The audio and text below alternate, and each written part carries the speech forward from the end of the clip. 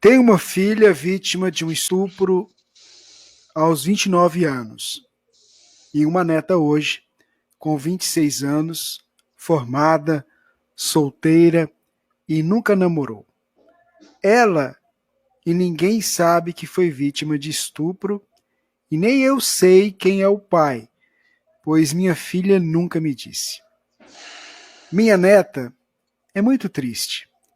E quando eu perguntei se ela é triste porque ela quer saber quem é o pai dela, ela me respondeu que não quer saber quem é ele, pois ele não quis saber dela quando ela nasceu. E aí, essa nossa ouvinte, essa nossa internauta, Jorge, pergunta: estava na programação dela que reencarnaria dessa forma? Por que tanta tristeza? Como eu poderia ajudá-la? Eu a amo tanto que dói vê-la triste assim. Pode me dar uma luz? Jorge. Não necessariamente a reencarnação dela seria por essa via. Porque se nós fôssemos admitir que seria por essa via, nós teríamos que dizer que era programado o estupro e o mal nunca pode ser programado pelo bem. Houve um aproveitamento dessa experiência. Na obra Após a Tempestade, aonde Joana de Ângeles analisa o chamado planejamento familiar e métodos contraceptivos, ela narra que em algumas famílias, quando, por exemplo, vamos dizer, a família tinha uma programação para ter 3 filhos, a família programou ter 3 filhos, mas a mulher, na segunda gravidez, achou que o terceiro filho seria muito difícil, porque dava muito trabalho. Então ela liga as trompas no segundo filho. O terceiro não consegue acesso para reencarnar. O que vai acontecer com essa terceira criança que deveria vir e que não vem? Ele pode, hipótese número 1, virar um obsessor e perturbar a família? Pode, uma possibilidade. Ele pode ser uma criança a ser adotada, que vai bater no lar? Pode. Ele pode ser e encarnar pela empregada, que depois vai embora e deixa a criança para a gente criar e acaba se agregando na família. Ele pode ser um neto que aparece através da nossa filha adolescente, que também não era prevista de engravidar. Mas ele ronda a família na expectativa de chegar naquele lar. E ele vê a irmã dele adolescente e diz: ah, maninha, vai ser tu mesmo. E aí ele acaba estimulando a irmã para determinadas experiências sexuais e ela engravida. Quando ela engravida, às vezes o pai fica muito irritado porque a filha está grávida e a mãe é que entra e diz: não faz isso. Quem sabe essa criança não era uma que a gente deveria ter. Às vezes, essa filha que engravida pode ter sido também fruto de uma gravidez da mãe. A mãe ficou grávida, eles casaram e hoje aquela criança hoje está grávida. E a mãe se lembra que eu também fiquei grávida, agora é nossa filha. Vamos acolhê-la. E aí cria aquela criança dentro de casa, que chama os avós de pai e de mãe e chama a mãe biológica, às vezes pelo próprio nome dela, sem considerá-la como mãe. E aí o planejamento por vias transversas acaba se cumprindo. Então você vê por aí que a espiritualidade, ela possui inúmeras estratégias para fazer um planejamento se cumprir. Se aconteceu esse incidente que você fala aí da questão do estupro, embora a gente não saiba quem é que produziu esse ato, ela acabou se aproveitando dessa experiência, ela acaba trazendo essa possibilidade como uma via para o renascimento dessa sua neta, que aproveita essa oportunidade, essa janela para vir. Poderia vir por outra via? Poderia, mas foi a janela que apareceu, ela vem por essa oportunidade. Por que ela é triste? Ela é triste porque alguma coisa, de repente, acabou construindo dentro dela esse sentimento de tristeza. A mãe pode não ter feito isso de maneira consciente, mas uma gestação amarga, uma gestação entristecida, uma gestação com revolta, transfere para a criança, muitas vezes, a sensação do desamor. Isso é muito comum quando você faz um processo de hipnose e que regride o espírito para a vida intrauterina, ele relata os sentimentos que a mãe tem em relação a ele. E essa sensação de abandono pode contaminar alguns espíritos. Isso não é uma determinação, porque tem muita gente que renasce de casos semelhantes, mas consegue superar esses ambientes hostis, psicológicos, que são formados por relacionamentos dos pais difíceis, e os filhos nascem, de certa maneira, mais fortes, apesar da pressão psicológica que sofrem, porque são almas mais bem resolvidas e conseguem absorver melhor essas energias. Mas uma boa parte de nós, por sermos almas frágeis, acabamos ficando sequelados emocionalmente por conta disso. Não bastasse a vida intrauterina, tem o que acontece depois da vida uterina.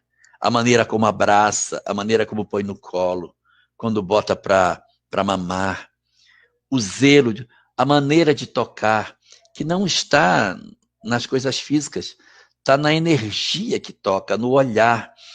Talvez sua filha tenha produzido, um sentimento de rejeição. E isso vai se somando dentro do indivíduo, produzindo esses quadros que a gente está vendo. Então você tem um espírito que traz conflitos do passado, que pega uma vida uterina complexa e depois uma infância muito fragilizada, ela acaba se tornando uma alma com essas sequelas emocionais. O que fazer, que é o que você quer? Ponto número 1. Não é importante mexer com essa história dela. Você não vai construir nada de positivo se você levar para ela essa informação sobre como foi que ela nasceu. Se sua filha não quer que mexa nisso, porque isso lhe dói, é melhor a gente não trabalhar isso, porque você vai eviscerar um problema que você não vai ter como tratar depois. O ideal é não supervalorizar esse fenômeno e tocar para frente.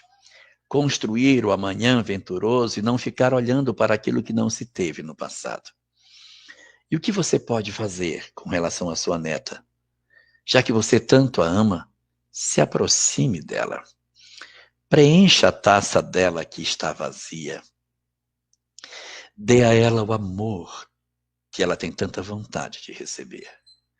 Não espere que de repente isso a mude, mas entregue o que você pode dar.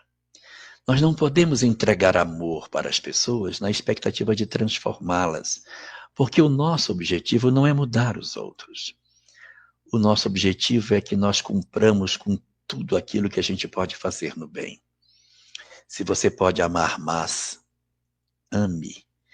Se você pode entregar mais de si a ela, entregue. Se você pode estar mais próxima dela, esteja mais próxima. Mas como que eu vou fazer isso? Descubra o que ela gosta e passe a gostar do que ela gosta também. Se ela gosta de, por exemplo, algum tipo de esporte e ela pratica esporte, vá vê-la no esporte, estimule. Aquilo que você percebe que dá prazer a ela, estimule. Se ela gosta de escrever poesia, se ela gosta de pintar, se ela gosta de alguma coisa em que ela expressa a sensibilidade dela, estimule. Minha filha ficou lindo. Nossa, como ficou bom isso aqui. Se ela estuda e ela tira boas notas, não diga que ela fez só a obrigação dela, mas diga, mas que maravilhoso, você é uma menina maravilhosa. Estimule, fale da beleza dela, valorize a beleza que ela possui. Mostre para ela o lado belo da vida. E mais importante do que todas essas coisas de valorização dela, aponte um caminho de utilidade para ela. Chame sua neta para fazer um trabalho em prol do próximo. Não precisa ser um trabalho espírita, porque se ela não for espírita, ela não vai querer, porque ela vai achar que é um trabalho religioso. Faça com ela, você e ela, sem vínculo religioso, por exemplo, a visita num local sem traços nenhum de espiritismo, nem de nada disso. Vá com ela visitar um local. Visite uma casa onde existam crianças abandonadas. Visite algo que existam crianças que sofrem. para que você possa oferecer a ela a oportunidade que ela use a sua própria história para cicatrizar, para cuidar dos outros e cicatrizar a ferida dela. Faça, então, assim. Valorize as coisas que ela faz. Estimule as coisas que ela tem. Valorize a beleza que ela possui. E crie com ela um trabalho de vocês. Se possível, envolvendo sua filha, ótimo. Se puder, se não existir desamor entre elas. Mas faça um trabalho. Não espere a casa espírita para fazer. Nós estamos em tempos de pandemia. Escolha uma família para você poder ajudar. Compra a cesta básica, leva, visita, claro, com as devidas precauções de distanciamento social, mas fazer algo em prol do semelhante, para que ela se sinta útil, para que ela perceba que ela pode ser muito útil para as pessoas. Muitos dos nossos processos de vazio existencial decorrem da sensação de que nós não somos capazes de ajudar ninguém. Quebre essa verdade falsa que ela tem. Apresente para a verdade verdadeira, que a vida pode ser maravilhosa quando a gente sabe utilizar os recursos que a gente possui em favor do nosso semelhante. Construa com a sua neta uma história linda que você pode fazer pelo amor que você tem por ela.